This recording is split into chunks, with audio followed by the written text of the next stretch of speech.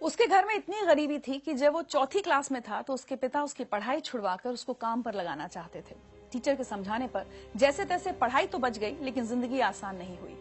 उसने अपनी पढ़ाई का खर्च उठाने के लिए होटल में वेटर का काम किया। पिता के काम में हाथ बटाया।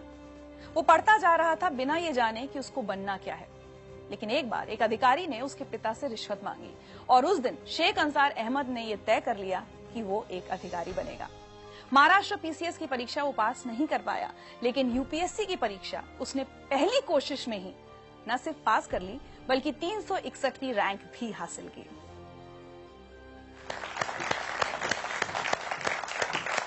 शेख अंसार, वेलकम टू जिंदगी लाइव। अंसार, बहुत बहुत बहुत स्वागत है आपका जिंदगी लाइव में। मुझे बहुत अच्छा लग रहा है इतने यंग ऑफिसर को अपने सामने देखकर। चाहूंगी कि आप सबको बताएं कि किस उम्र में आपने यूपीएससी की परीक्षा क्लियर की है। मैं 21 साल का था तब मेरा रिजल्ट आया था। 21 साल की उम्र में मैंने एग्जाम क्लियर की थी। And you been one of the youngest? जी। वाह।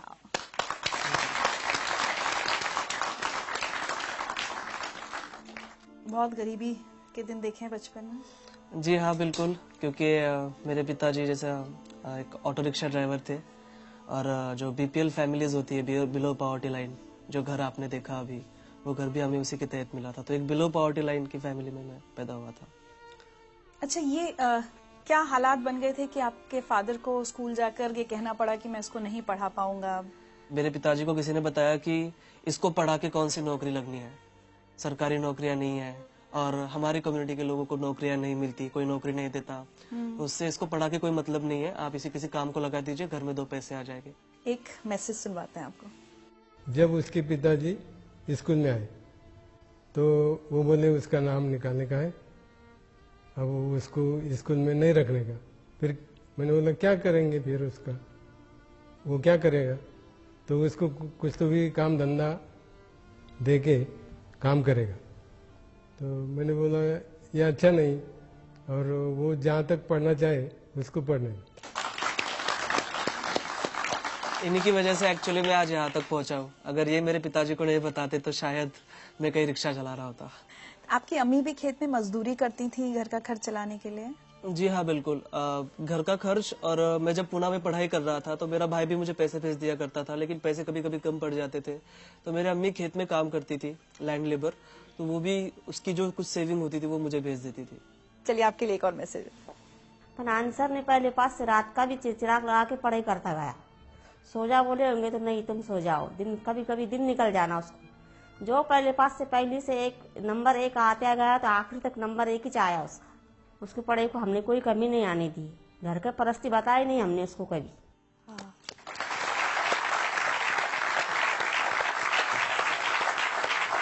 और उस दौरान भी परिवार की स्थिति तो बदली नहीं थी, दिक्कतें थी। उस समय भी आपको बहुत काम वाम करना पड़ा अपनी किताबों का खर्च उठाने के लिए। 10th में मेरी छुट्टियां चल रही थी और मुझे कंप्यूटर सीखना था। तो MSc IT का कोर्स आता है, वो कोर्स मुझे करना था। उसकी फीस थी लगभग 2,800 समथिंग, उस वक्त उसकी फीस थी।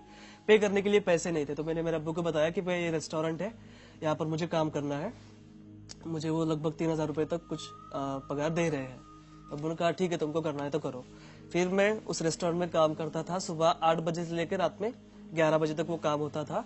बीच में 2 घंटे छुट्टी मिलती थी, उसमें मुझे मेरा लंच करना होता था और 1 घंटा मुझे वो जो कोर्स है उसकी तैयारी के लिए जाना होता था। हमारे गांव में ही वो होता था और काफी डिफिकल्ट था मेरे लिए, क्योंकि मुझे वो बड़ा पॉट लेकर पानी लेकर आना पड़ता था कुएं से निकाल कर। फिर उसके बाद जो कस्टमर्स आएंगे उनको चाय सर्व करना, उनका टेबल वगैरह साफ कर देना, ये सब इस तरह का काम एक वेटर का काम था। और उसके बाद जब 10 बजे होटल बंद हो जाता था, गांव में 10 बजे जनरली हमारे बंद हो जाता था, तो 1 घंटा मुझे जो फर्श वगैरह होता था वो सब साफ करना होता था बैठ के हाथ से। तो वो काम मैंने किया। तो घर में सिर्फ आप ही सबसे ज्यादा पढ़े लिखे हैं, बाकी सबकी पढ़ाई छूट गई, काम करने लग गए या शादी हो गई बहनों की? जी, घर में नहीं, पूरी जनरेशन का मैं फर्स्ट ग्रेजुएट हूँ। हमारे पूरी जनरेशन में कोई पढ़ा नहीं है, तो घर का मैं अकेला ही सबसे ज्यादा पढ़ा लिखा हूँ। और बाकी के जो बहनों की शादी हो गई थी जल्दी, और भाई जब 5th स्टैंडर्ड में था तब से वो मेरे मामा के पास काम करता था। एक मैसेज और सुने। जी, मुझे स्कूल में जाना पसंद नहीं था, यानी मुझे इंटरेस्ट नहीं था उसमें पढ़ने के लिए, पढ़ाई के लिए। और मैं एक बार 6वीं में ही फेल हो गया था। तो जब से मैंने स्कूल छोड़ी और मैंने दिल में ठान लिया कि मैं तो इतना होशियार नहीं हूँ, लेकिन मेरा भाई मुझसे भी ज्यादा होशियार है, इसलिए मैंने स्कूल छोड़ के अपने मामा की तरफ काम के लिए गया। लेकिन इतना मुझे गर्व है कि मेरा भाई मेरे वजह से कुछ ना कुछ आज बन गया। मेरे सक्सेस का बहुत बड़ा क्रेडिट जो है मेरे माता पिता के बाद मेरे भाई को जाता है, क्योंकि देखिए अक्सर ये होता है कि बड़ा भाई छोटे भाई की पढ़ाई के लिए पैसे खर्च करता है, लेकिन यहाँ उल्टा था। छोटा भाई रात दिन मेहनत करके बड़े भाई को पैसे दे रहा था। ये आपसे छोटे हैं? जी। और मैंने 10वीं की छुट्टियों में काम किया, 12वीं की छुट्टियों में काम किया, कॉलेज के फर्स्ट ईयर की छुट्टियों में काम किया, लेकिन लास्ट के 2 साल जो बहुत अहम थे मेरे प्रिपरेशन के, उस वक्त मैंने कहीं कोई जॉब नहीं की। मुझे जो सारे पैसे थे मेरा भाई पूरी डेट के ऊपर मुझे ट्रांसफर कर देता था बैंक में, तो बहुत बड़ी बात थी मेरे लिए। अच्छा, एक बात बताइए, कभी आपने अपने अब्बू से शिकायत की कि अब्बू अगर 4th में तब वो नहीं आप मेरे टीचर की बात मानते, अगर मेरी पढ़ाई छूट जाती तो आज मैं IAS ऑफिसर नहीं होता? मैंने कभी मेरे अब्बू से कोई शिकायत नहीं की है। कोई गरीब नहीं चाहता कि उसका बेटा कभी ना पढ़े, कहीं मोल मजदूरी करे चाइल्ड लेबर के तौर पर, कोई बाप नहीं चाहता, लेकिन वो मजबूरियां थी उनकी।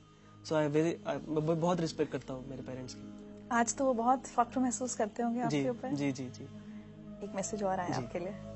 12वीं में उसको 100 पाव के 100 मार्क मिले, आर्ट्स में वो भी, तो मास्टर लोग मुझे वहां बुलाए, बाहर वाले कॉलेज में मेरा सत्कार रखे, मेरा स्वागत करे, मेरे को बुलाए। फिर मेरे बहुत छाती ऐसी धड़कने को लगी कि मैं बोला आप कुछ तो भी मेरा बच्चा बनने के काम का हो गया, कुछ तो भी है मेरे में ताकत। वो हिसाब से फिर मैं करते गया। फिर बाद में बोला अपने को जो घर भी बेचना पड़ा और दुकान भी बेचना पड़ी और गाड़ी भी बेचना पड़ी तो भी बेच डालेंगे, अपन अपने बच्चों को पढ़ाएंगे। उन्होंने मुझे पूछे कि आपका बच्चा क्या बना, तो मैं बोला सर मुझे वो भी नहीं मालूम, मेरे को इतना मालूम है कि मेरा बच्चा कोई ऑफिसर बना रहा है। ये बताइए, अब ये सब हालात हो गए, उसके बाद ग्रेजुएशन, और दिमाग में ये कब आया कि मुझे UPSC, मतलब गांव में जैसे आप पले बढ़े, आपको पता भी नहीं होगा कि UPSC की परीक्षा भी कुछ होती है, तो ये सफर तक कैसे पहुंचे? हमको एक घरकुल योजना मिली थी BPL फैमिली के तहत, तो मेरे पिताजी तहसील ऑफिस में उसका चेक लाने के लिए गए थे। वहाँ के ऑफिसर ने कहा कि देखो अगर आप मुझे 10% देते हो, 30,000 हमको तब मिल रहे थे, 10% अगर आप देते हो इसका 3,000 रुपए, तो मैं आपको अभी चेक आपका सैंक्शन करा दूंगा फास्ट इमीडिएटली। ऐसे हालात में 3,000 रुपए की रिश्वत उन्होंने उस ऑफिसर को दे दी। तब उस वक्त मुझे रियलाइज हुआ कि करप्शन के सबसे बड़े शिकार हम जैसे गरीब लोग होते हैं। फिर 10th की छुट्टियों में हमारे एक क्लास टीचर थे मापारी सर, वो ब्लॉक एजुकेशन ऑफिसर बने, महाराष्ट्र पब्लिक सर्विस कमीशन के MPSC के जो स्टेट का एग्जाम होता है वो क्लियर करके ऑफिसर बन गए। उनका मैंने पेपर में नाम पढ़ा, फिर उनको मैं जाकर मिला, मैंने कहा सर आप ऑफिसर बन गए और मुझे भी ऑफिसर बनना है, कैसे बनते मुझे प्लीज बताइए। फिर उन्होंने मुझे MPSC के बारे में बताया। फिर मैं जब कॉलेज में गया 10वीं पास करके, वहां पर हमारे टीचर थे जो वो भी तैयारी कर रहे थे UPSC की, उन्होंने उनसे MPSC के बारे में पूछा और फ्लो में उन्होंने मुझे UPSC के बारे में बता दिया कि ये भी बड़ा, उससे बड़ा एग्जाम होता है, इसमें से IAS बन सकते हो, कलेक्टर बन सकते हो। सपने देखने के लिए कौन से पैसे देने, और मेरे पास हारने के लिए कुछ था ही नहीं, तो मैंने कहा चलो बड़ा गैम्बल खेलते हैं, मैं अब UPSC की तैयारी करूंगा। अंसर, कभी जब तैयारी कर रहे थे UPSC की, उस दौरान भी तो ये फेज आया होगा कभी कि ये प्रेशर बने कि अब छोड़ो, इसमें तो पता नहीं होगा या नहीं होगा, कोई छोटी मोटी नौकरी कर लेते हैं, कम से कम अब्बू अम्मी का हाथ बटाएं, ये प्रेशर था आपके ऊपर? जी बिल्कुल था। बहुत बार ऐसा लगता था कि कंपटीशन देखिए 5-5.5 लाख बच्चे एग्जाम देते हैं, तैयारी करने वाले तो उससे भी ज्यादा है, लेकिन बाद में खुद से मैं पूछता था कि ठीक है मैं ये नहीं करूंगा तो क्या करूंगा, छोटी मोटी कहीं नौकरी कर लूंगा, उसमें मैं सेटिस्फाइड नहीं रह पाऊंगा, मुझे बड़ा करना है कुछ तो। और मैं पढ़ाई भी नहीं छोड़ सकता था, क्योंकि देखिए मेरे सामने 2 ही ऑप्शन थे, डू और डाई, इसमें मुझे करना ही था। और वही रीजन है कि मैं इतनी फर्स्ट अटेम्प्ट में 21वीं साल की उम्र में ये क्लियर किया, क्योंकि मेरे पास दूसरा कोई ऑप्शन नहीं था। एक मैसेज और है आपके लिए।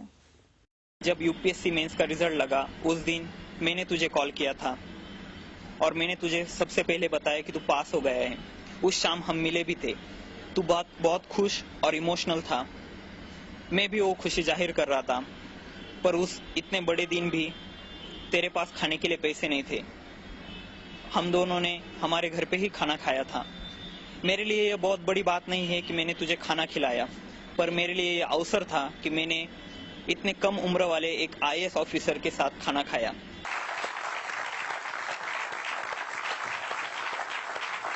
19 फरवरी के दिन मैं लाइब्रेरी में बैठा पढ़ाई कर रहा था और मुझे इसका फोन आया। मैंने कहा अंसार UPSC का रिजल्ट आ गया।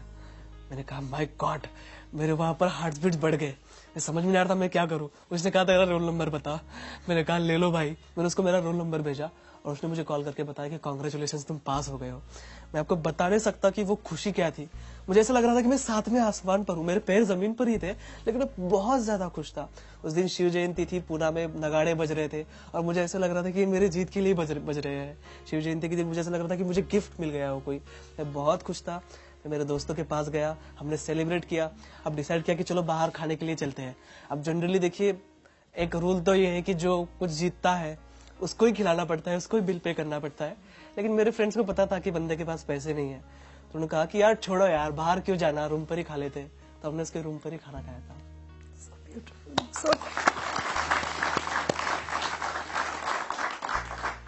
मेरे पास सच्ची आज शब्द नहीं आपकी बातें सुनकर, कितनी खुशी हो रही है कि एक बच्चा कहाँ से कहाँ पहुंचा है और अब जल्द ही आपकी नौकरी की शुरुआत होने वाली है।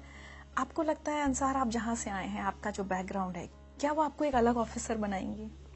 मैं ये सोचता हूँ कि मेरे लाइफ में मैंने जो फेस किया है वो किसी और को फेस ना करना पड़े। तो जाहिर सी बात है कि मैं एक अच्छा ऑफिसर बन पाऊंगा। मेरे साथ वो मोटिवेशन रहेगा। जब भी मैं किसी बच्चे को कोई काम करते हुए देखूंगा तो मुझे वो फीलिंग आएगी कि कुछ साल पहले मैं भी ऐसा काम कर रहा था और मुझे बहुत बुरा लगता था जब मैं किसी को चाय सर्व करता था या किसी का टेबल साफ करता था। तो वो फीलिंग आएंगी और मैं उसके लिए काम करूंगा। तो मुझे लगता है कि मैं एक अच्छा ऑफिसर बन पाऊंगा just because of my background. आज अगर पीछे मुड़ के देखते हैं और अपनी जिंदगी की कोई एक चीज बदलना चाहें तो क्या हो? मेरी जिंदगी की मैं चाहूंगा कि मेरा बचपन फिर से आ जाए और मेरे पिताजी उसमें IAS हो। सो जस्ट मुझे तो जब मुझे कोई यूनिफॉर्म ना मिला हो या कोई किताब ना मिली हो तो वो मुझे मिल जाए। कोई एक मैसेज जो आप सब लोगों को, और सिर्फ जो यहाँ बैठे हैं वो नहीं, जो बहुत सारे लोग टेलीविजन पर आपको देख रहे हैं और उसमें से बहुत सारे IAS की तैयारी कर रहे होंगे, उनको क्या मैसेज देना चाहेंगे? जी, मैं उनको यही मैसेज देना चाहूंगा, एक रिक्शा चलाने वाले का लड़का अगर IAS बन सकता है, जिसने अपनी लाइफ में सारे ऑड्स देखे हो, तो मुझे ऐसा लगता है कि हमारे देश का कोई भी बच्चा, और गरीब से गरीब बच्चा भी, और किसी भी मजहब का बच्चा IAS बन सकता है। आप सभी को मेरी बहुत बहुत शुभकामनाएं। Thank you so much Ansar. और जैसे मैंने एक तोहफा आपके लिए, ताकि आप हमें और हमारे शो को भी याद रखें हमेशा।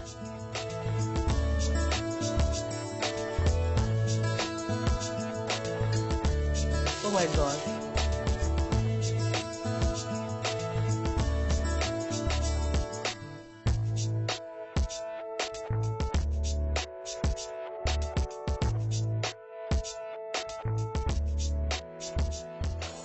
वाकई आज हम ये कह सकते हैं कि सपनों को जीना उन्हीं को आता है जिनको हर मुश्किल में भी मंजिल नजर आती है।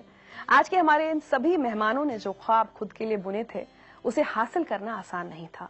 बार बार गिरने के बाद ये संभले, और आज इन सभी की कहानियां लाखों लोगों के लिए एक प्रेरणा है, खासकर उन लोगों के लिए जो सपने देखने से नहीं कतराते, जो मुश्किलों का डट कर सामना करते हैं, जिनके ख्वाबों के आड़े गरीबी नहीं आती, जो किस्मत बदलना और मजबूरियों को हराना जानते हैं।